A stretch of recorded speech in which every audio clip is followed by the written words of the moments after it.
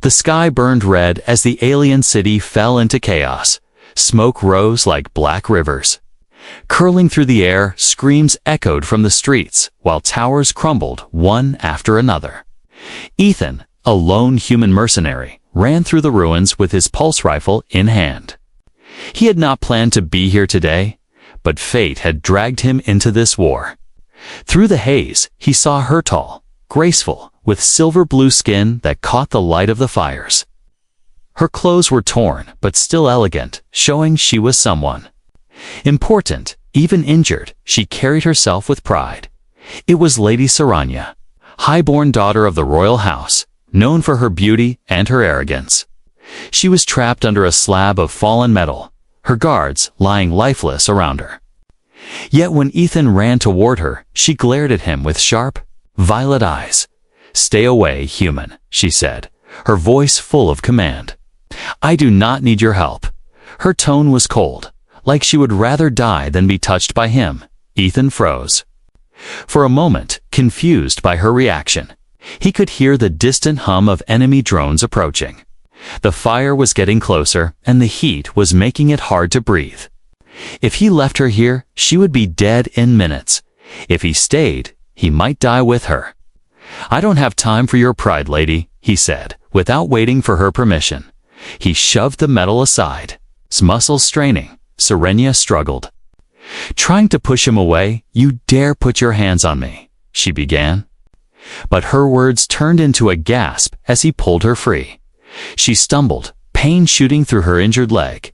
Ethan caught her before she fell. She hated the touch, but she could not stand without him. The sound of metallic wings filled the arenemy. Drones had found them. Bright red lights swept across the streets, scanning for movement. Ethan dragged her toward the shadows of a collapsed wall. Saranya protested every step, telling him she could walk, but each time she tried, her body betrayed her. The wound on her side was bleeding badly. "You're going to get us both killed," she hissed. "You're welcome," he replied sharply, keeping his eyes on the drones. They ducked into an alley just as a drone passed overhead. Its scanners paused for a moment, but then moved on.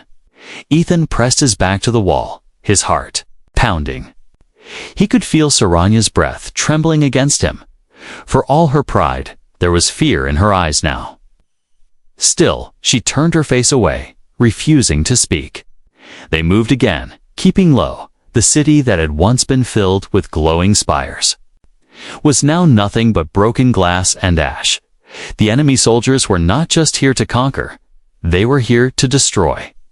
Ethan knew they would take no prisoners from the royal family, and yet, here he was, risking his life for someone who clearly wished he wasn't there. A collapsing bridge blocked their path. Ethan helped Saranya climb over the rubble. Her steps were slow, each one followed by a wince of pain. "You shouldn't be here," she muttered. "And you shouldn't be dying today," he replied. The words made her pause for a second, but she quickly looked away. Suddenly, a blast shook the ground, throwing them both forward.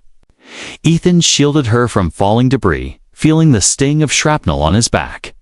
Saranya's eyes widened. No one had ever done that for her before. For the first time, she had no words. The silence between them was heavier than the smoke. In the air, Ethan spotted a half-collapsed archway ahead. It could lead to the outer streets, maybe even to safety. But reaching it meant crossing an open road under enemy sight. He looked at Saranya. "You trust me?" he asked, her lips tightened. "No," she said. "Good enough," he replied, and pulled her into a run. Blaster fire lit up the street behind them. Ethan zigzagged through the rubble, keeping himself between her and the enemy. A beam scorched the ground inches from her feet. She stumbled again, clutching at his arm without realizing it. By the time they dove under the archway, her breathing was ragged. For a moment, she simply leaned on him, her pride forgotten when she finally stepped back. Her voice was softer. "I did not ask you to save me," she said. "And I didn't ask for thanks," Ethan replied, somewhere deep inside. She knew she owed him more than she wanted to admit, but her pride held the words back. For now, she would follow him, but only because she had no choice. And so, the highborn lady who rejected the human's help found herself running for her. Life at his side, neither of them knowing this rescue was only the beginning. The archway gave them a moment's shelter from the burning streets. But the sound of marching boots and buzzing drones never stopped.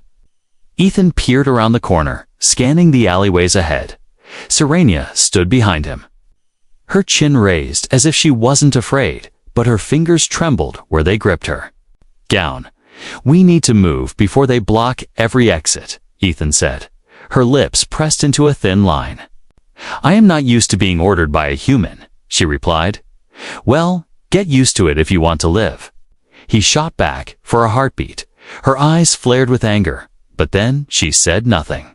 The street ahead was littered with broken market stalls, the smell of burnt fruit mixed with the sharp bite of melted metal.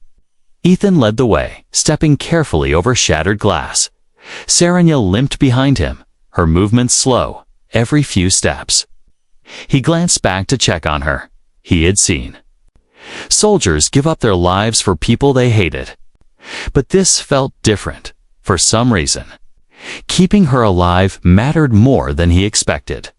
They reached the mouth of another alley when the metallic hum of a drone grew louder. Ethan grabbed Serenia's arm and pulled her into a shadowed doorway. "Quiet," he whispered. The drone's red searchlight swept over the street like a hunting animal. It paused, scanning the exact spot where they hid. Ethan held his breath, his hand covering Serenia's mouth.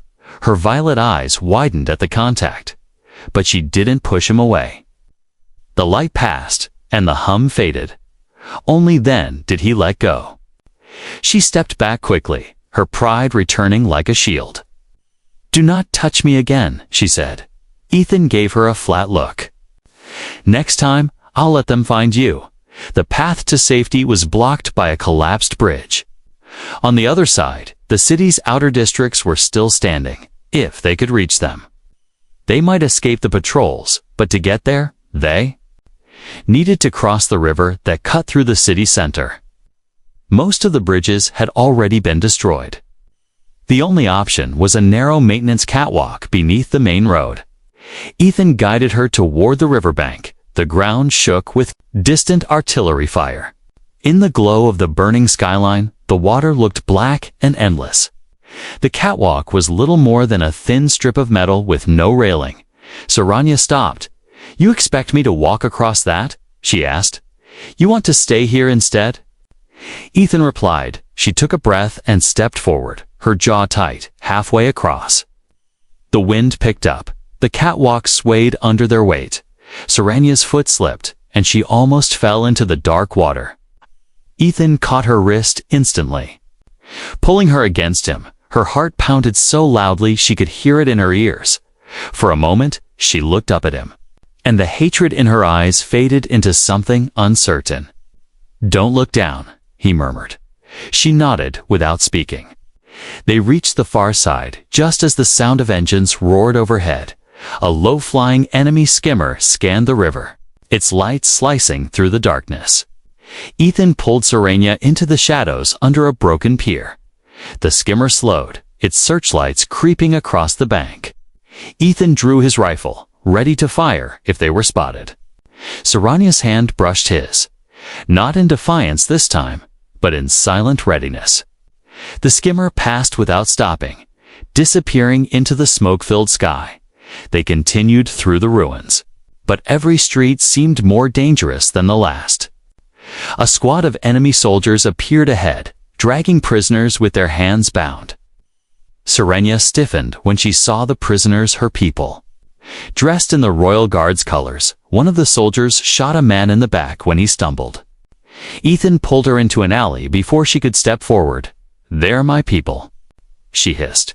"They're already dead if you go out there now," he said, his voice hard. She clenched her fists, but stayed where she was. She hated that he was right. The alley ended at a half-collapsed warehouse. Ethan kicked open the rusted side door and motioned her inside. They hid among crates and twisted beams. Outside, The sound of boots and shouts passed by. Inside the dim space, Saranya sat down on a crate. Finally letting herself rest. You take too many risks for someone you barely know, she said quietly. Ethan was checking his rifle when he replied, and you're still breathing because of it. For the first time, she didn't argue. Instead, she studied his torn jacket, the small cuts on his face, the dirt in his hair. He was nothing like the polished soldiers of her world, but every move he made had purpose. Every decision kept them alive. Something about that unsettled her. Not because she distrusted him, but because she wasn't sure how to handle depending on him. Outside, a loud explosion shook the building. Ethan grabbed her arm, pulling her to her feet. They're getting closer, he said. The night was far from over, and the dangerous escape had only just begun. The warehouse gave them only a short moment of peace. The air inside was thick with the smell of rust and burnt oil. Somewhere in the dark corners, small alien rodents scurried between broken crates.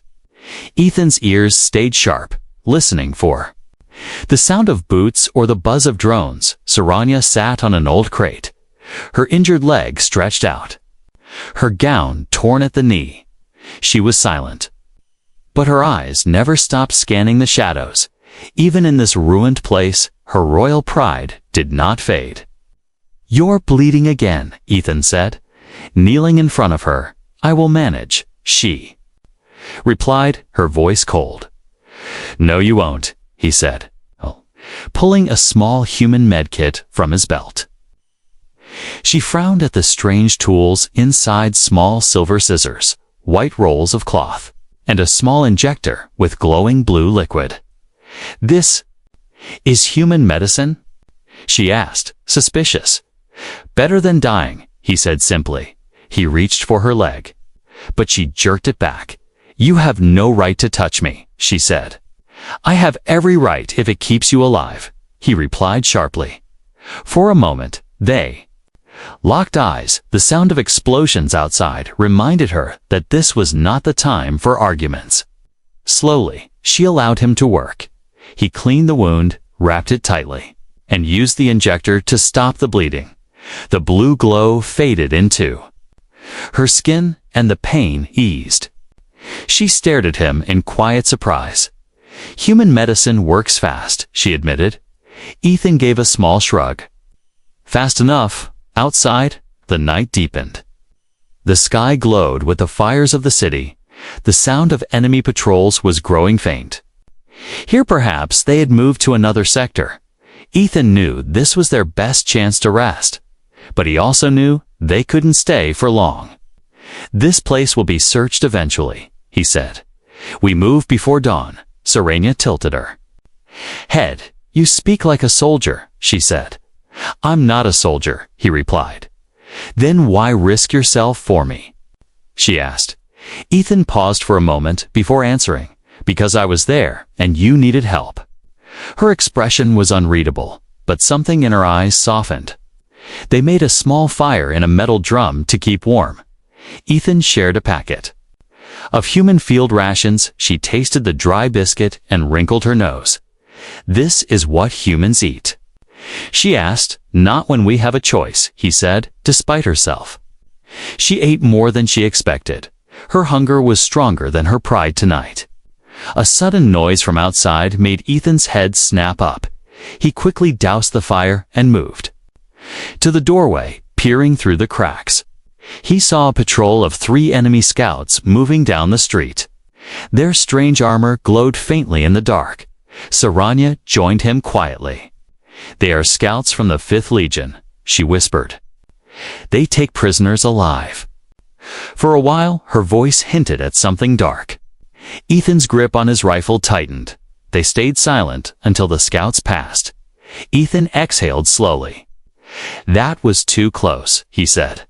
Saranya nodded but did not speak. Her mind was elsewhere. She had begun to notice something she had not seen before. This human never hesitated when danger came. He moved with purpose, but without arrogance. He acted to protect her without asking for thanks. It was unsettling. Later that night, the temperature dropped sharply. The city wind carried the cold through the cracks in the walls. Saranya shivered slightly, trying not to show it. Ethan noticed, removing his jacket and placing it over her shoulders. She looked at him in surprise. "You will freeze," she said. "I've been colder," he replied. For the first time, she whispered. "Thank you." The quiet between them felt different now. Not just forced silence, but a strange understanding. Still, neither of them forgot the danger waiting outside before dawn. Ethan woke her with a gentle shake. "We move now," he said. They stepped out into the gray morning light. The fires had burned lower, leaving the city in a dull haze. Their next goal was to reach the old train tunnels beneath the city. Saranya said the tunnels led outside the walls. If they could reach them, they might escape, but as they moved through the broken streets, Ethan noticed something troubling. The enemy patrols were fewer here, but the tracks in the dust showed they had been heading toward the same place. "They know about the tunnels," he said quietly. Saranya's eyes narrowed. "Then we must get there first." They slipped through back alleys and narrow passages. Twice, they had to hide as scouts passed by. The city felt like it was holding its breath. Every sound, every shadow could be an enemy. By the time they reached the entrance to the old tunnel system, Ethan's nerves were tight. The iron gate was rusted but still strong. Ethan forced it open with a low groan of metal. Inside, the air was damp and cold. Faint echoes of dripping water filled the space. They stepped into the darkness, leaving the broken city behind them. Neither of them noticed the pair of red lights that flickered in the shadows above. Somewhere in the tunnels ahead, something was waiting. The tunnel swallowed them in darkness. Only the faint beam of Ethan's flashlight cut through the black. The air was heavy, damp, and carried the smell of old stone and rusted metal. Every step echoed, making it feel like the sound would travel for miles. Saranya's steps were slower. Now, her injury still slowing her down, Ethan kept glancing back to make sure she didn't fall behind. "I can walk without you," she said sharply when he reached out to steady her. "Sure you can," he replied, his tone dry. Her pride stung at his words. To her, every step with his help felt like an insult, but deep inside, she knew she could not keep up without his support. They moved deeper into the tunnels. The walls were marked with faded alien symbols. Saranya brushed her fingers against one of the carvings. "These were made long before my time," she said quietly. They marked the safe paths under the city. Ethan followed her lead, trusting her knowledge of this place. But the deeper they went, the more uneasy he felt. The sound of their footsteps was no longer the only noise. Something faint, like metal scraping on stone, echoed from ahead. Ethan raised a hand, signaling her to stop. They stood still, listening. The sound came again, closer this time. From the darkness ahead, a small drone scuttled into view. Its legs clicked against the stone, its red eye scanning the tunnel. Ethan fired a quick shot, hitting it squarely. The drone sparked and collapsed, but the sound echoed too loudly. Saranya's face tightened. "You've just told them exactly where we are," she said. Ethan didn't bother replying. He already knew it was true. They pressed on, moving faster. The tunnel narrowed, forcing them to walk single file. Ethan took the lead, but every few steps, Saranya tried to pull ahead. She hated being behind him. Hated the feeling of being guided. "I know these tunnels better than you," she said. "Then lead the way," he replied. Stepping aside, she moved forward with her chin high, determined to prove herself. But only moments later, the floor gave way beneath her foot. She gasped as she stumbled, nearly falling into a hidden hole. Ethan caught her arm and yanked her back. Her face burned with humiliation. "Careful," he said, his voice calm. She pulled away from his grip. "I didn't need your help," she insisted. Ethan's jaw tightened. "You keep saying that, but without me, you'd be dead 3 times over by now." The tension between them grew as they walked. Her pride was like a wall. Every act of help felt to her like a reminder of weakness. But Ethan wasn't trying to shame her. He was trying to keep her alive. After an hour of walking, they reached an intersection where the tunnel split into 3 paths. Saranya knelt to study the faded markings on the wall. "This one," she said. Pointing to the left, Ethan glanced down the dark corridor. "Looks like a trap to me," he said, her eyes narrowed. "Do you doubt me, human?" "All the time," he replied, before she could argue. The faint sound of boots echoed from behind them. Enemy voices called out in a language Ethan didn't understand. The decision was made for them. They ran down the left tunnel. The air grew colder. Drops of water splashed from the ceiling.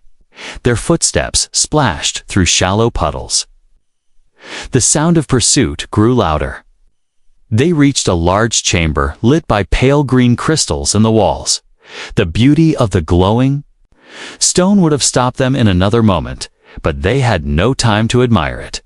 Figures appeared in the far tunnel, enemy scouts.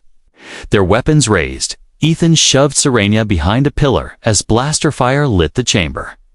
The energy bolts hissed past, striking the walls with sharp bursts of heat. Ethan returned fire, his shots precise. Saranya stayed hidden at first, but her pride burned. She was not a helpless royal. She had trained in Palace's defense. She drew a small, elegant blade from beneath her gown. When one of the scouts tried to flank them, she darted out, slashing his weapon arm. The soldier fell back with a cry, giving Ethan an opening to finish him when the fight was over. Ethan looked at her with new respect. "You can fight," he said. "I told you I didn't." "Need you?" she replied, though her breathing was heavy. Ethan smirked. "Funny? I seem to remember you hiding behind me when the shooting started." Her glare could have cut steel, but deep inside, she felt something strange, an unwilling respect for the man she'd been resisting all along. They moved on, both silent. For the first time, their steps matched. They weren't walking as rescuer and rescued anymore. They were walking as survivors. And somewhere in the darkness ahead, something was waiting for them both. The tunnel stretched on like an endless maze. Hours passed without a glimpse of daylight. The damp air made every breath feel heavy. Ethan kept his pace steady, but he could hear Saranya's steps growing slower. Her injury was getting worse, and the exhaustion in her eyes was impossible to hide. "You need to rest," he said, without looking back. "I can still walk," she replied, her voice tight. "You've been saying that for hours," he muttered. She opened her mouth to argue, but a sudden tremor shook the ground. Dust fell from the tunnel ceiling, and a low rumble echoed in the distance. Both of them froze. That didn't sound good, Ethan said. The rumble grew louder. A deep cracking noise followed, and chunks of stone began to drop from above. "Move," Ethan shouted, grabbing her arm. They ran as the tunnel behind them began to collapse. The roar of falling rock chased them like a living thing. The ground trembled under their feet. Saranya stumbled twice, but Ethan yanked her forward each time. Refusing to let her fall, they reached a wider section of the tunnel. A huge slab of stone crashed down right where they had been seconds before. The dust cloud swallowed them, choking their lungs. Ethan pulled her toward a side passage. Her legs gave out, and she sank to her knees, coughing hard. "We can't keep going," she gasped. Ethan knelt in front of her. "You don't have a choice," he said. She looked up at him, and for the first time, there was no fire in her eyes, only weariness. Her gown was torn, her hair messy, her once perfect poise gone. In that moment, she didn't look like the untouchable highborn lady. She looked like someone barely holding on. Ethan's voice softened. "We'll rest for a few minutes. But if that collapse blocked the way back, the enemy will push forward from the other side." She nodded weakly. Her pride was slipping away with every drop of strength she lost. They sat in silence, listening to the distant echoes. After a moment, she spoke. "When you found me, I thought you were only helping because you wanted something in return. Ethan gave a faint smile. And now? I'm starting to think you're just stubborn, she said. Not wrong, he replied. Her breathing slowed as the medicine from earlier still numbed some of the pain. But her body was running on willpower alone when Ethan stood to move. Again, she tried to follow the moment she put weight on her injured leg. She collapsed completely. Ethan caught her before she hit the ground. She gritted her teeth in frustration. I hate this, she whispered. Hate? What? He asked. Needing you? She admitted, the words barely above a whisper. Without saying anything, Ethan lifted her into his arms. Her first instinct was to protest, but her voice caught in her throat. The warmth of his arms, the steadiness of his stride was the only thing keeping her from feeling like the world was spinning apart. She rested her head against his shoulder just for a moment. It wasn't surrender. She told herself it was survival. They moved deeper into the tunnels. The faint sound of running water growing louder, at last. They reached a small, underground chamber where a thin waterfall trickled from the ceiling into a clear pool. The air here was fresher. Ethan set her down carefully against the stone wall. Drink, he said, cupping water in his hands. She sipped slowly, the cool liquid washing away some of the dust from her throat. You take care of me like I'm... She began, then stopped herself. Like you're someone worth saving. Ethan finished. She looked away, unable to meet his eyes. For a while, they stayed there, letting the sound of the waterfall drown out their thoughts. Then the noise of boots echoed faintly from the distance. They both turned toward the sound. Ethan's hand went to his rifle. They found us, he said. Serena tried to stand, but failed. Her voice trembled. Ethan, don't let them take me. He glanced at her, seeing the fear behind her words. I'm not going to, he said firmly. She swallowed hard, her pride finally breaking. Her voice was small when she said, please. Help me, the words hit him harder than he expected. From the moment they met, she had pushed him away, insulted him, refused his aid, and now she was begging for it. Ethan adjusted his grip on his weapon and gave her a sharp nod. Stay low. If they want you, they'll have to go through me. The shadows at the tunnel entrance shifted. Figures emerged, weapons ready. Ethan stepped forward. The fight for her life, and perhaps their bond, was about to begin. The enemy soldiers stepped into the chamber. Their armor reflected the pale green glow from the tunnel walls. 3 carried rifles, and 2 had long curved blades. They moved with slow confidence, certain their prey had nowhere to run. Ethan stood between them and Serena, his rifle raised, his stance solid. Give her to us, human, and you can live, one of the soldiers said in a harsh voice. Ethan didn't answer. He didn't move. Behind him, Serena's breathing was uneven, her back pressed to the stone wall. She couldn't stand, and she knew it. You think you can protect her? The leader of the soldiers sneered. She is worth more to us than your life. Ethan's finger tightened on the trigger. You're welcome to try, he said. The soldiers spread out, moving to surround him. Serena's eyes darted between them. She had seen skilled warriors before. But Ethan's calm in this moment was unlike anything she'd witnessed. He didn't boast, didn't shout. He simply watched, waiting for them to make a mistake. The first shot came from the right. Ethan fired back instantly, dropping the shooter before the sound finished echoing.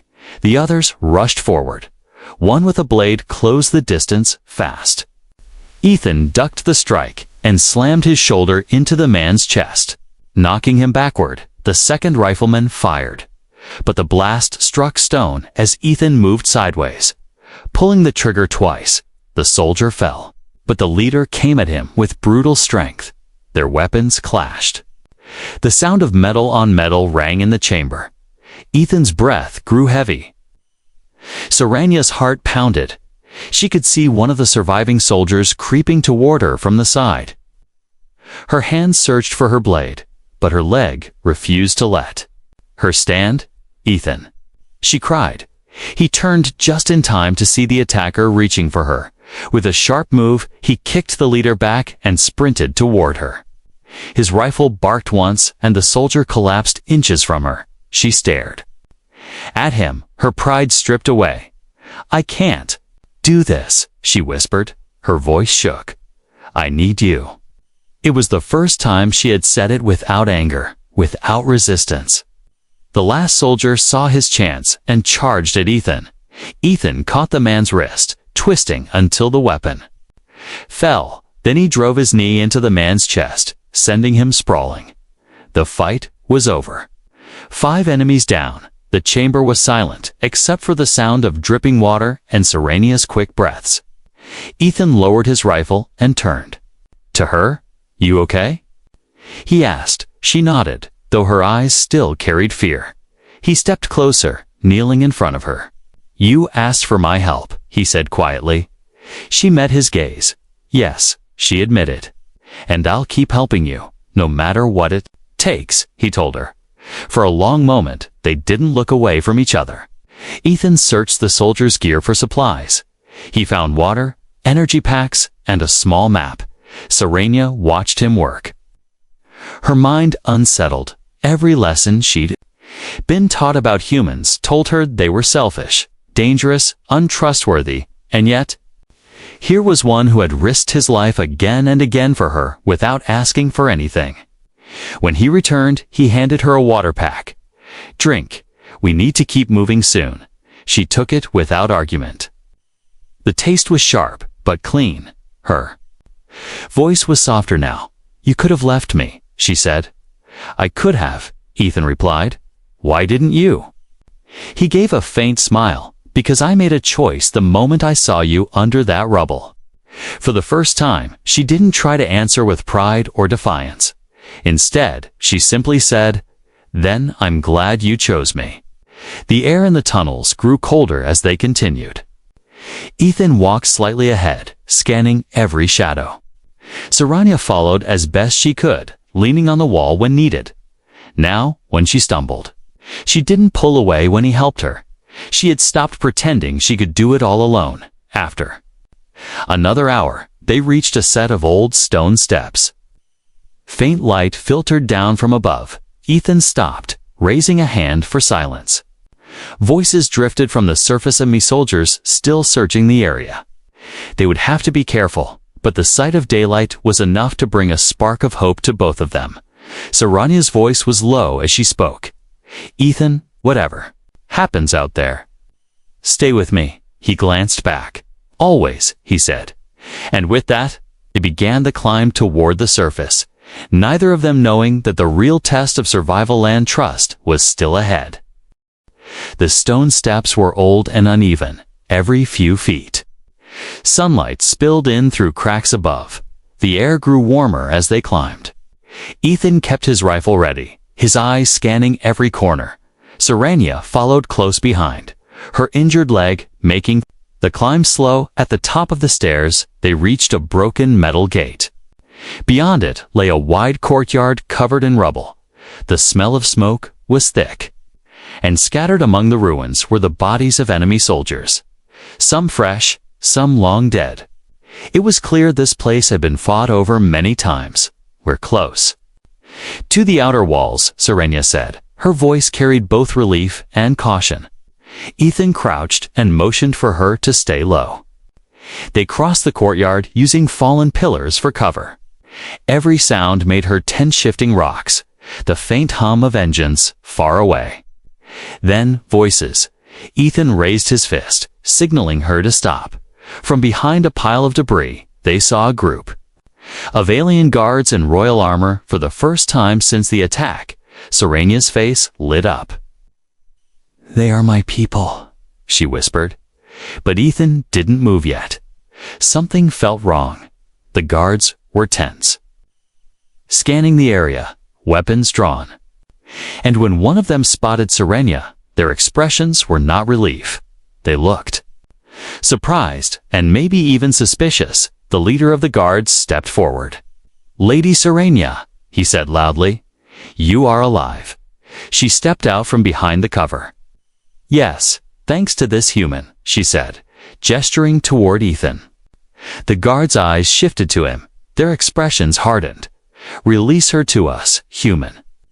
The leader ordered. Ethan's grip on his rifle tightened. "Not until I know she's safe," he replied. One of the guards sneered. "You think? You can decide what is safe for a highborn." Ethan met his gaze. "I know what I've been through to get her here." The leader stepped closer. "You have no place to stand between her and her people." Ethan didn't move. "Maybe not," he said, "but I promised I wouldn't let her fall into the wrong hands." Serenia stepped between them. "You speak as if you have the right to command him," she said to the guards. "You were not there when the city burned. You were not there when I was trapped under the rubble. You were not there when the enemy hunted us through the tunnels." Her voice grew stronger. "This man saved my life, again and again, when I gave him nothing but scorn." The guards shifted uncomfortably. She turned to face them fully. "And I will not leave his side," she declared. The words struck Ethan harder than any bullet could. For days, she had rejected him, insulted him, and now she was standing in front of her own people, refusing to walk away. The leader frowned. "Lady Serenia, the council will not approve of this. Then they can speak to me directly," she interrupted. Her tone left no room for argument. Ethan lowered his rifle slowly. "You don't have to do this," he said quietly. She looked at him with steady eyes. "Yes, I do," she replied. "You are the reason I'm alive. And I will not let you be treated like you're nothing." The guards hesitated, but finally stepped aside. Serenia turned to Ethan. "There is a safe house not far from here. We can rest there before deciding what comes next." He gave a small nod. "Lead the way," he said. As they walked through the broken streets together, Ethan noticed the way her steps were steadier now. She still leaned on him at times, but there was no shame in it anymore. Instead, there was a quiet trust between them. Every time their eyes met, something unspoken passed between them at the safe house. The guards took positions outside, while Ethan and Serenia sat by the window. The sun was setting, casting golden light over the ruins. For a long time, neither of them spoke. Finally, Serenia broke the silence. "When I first saw you, I thought you were beneath me," she said. Her voice was calm, but there was emotion in it. "I thought I could survive without you." "I was wrong." Ethan didn't reply right away. He just gave a faint smile. "Guess you're stuck with me now." She smiled back, a rare and genuine one. "Maybe I am," she said. Outside, the city still smoldered, but inside, the air between them was warmer. Whatever came next, whether more battles, more danger, or the politics of her people, they would face it together. And for the first time since the war began, neither of them felt alone.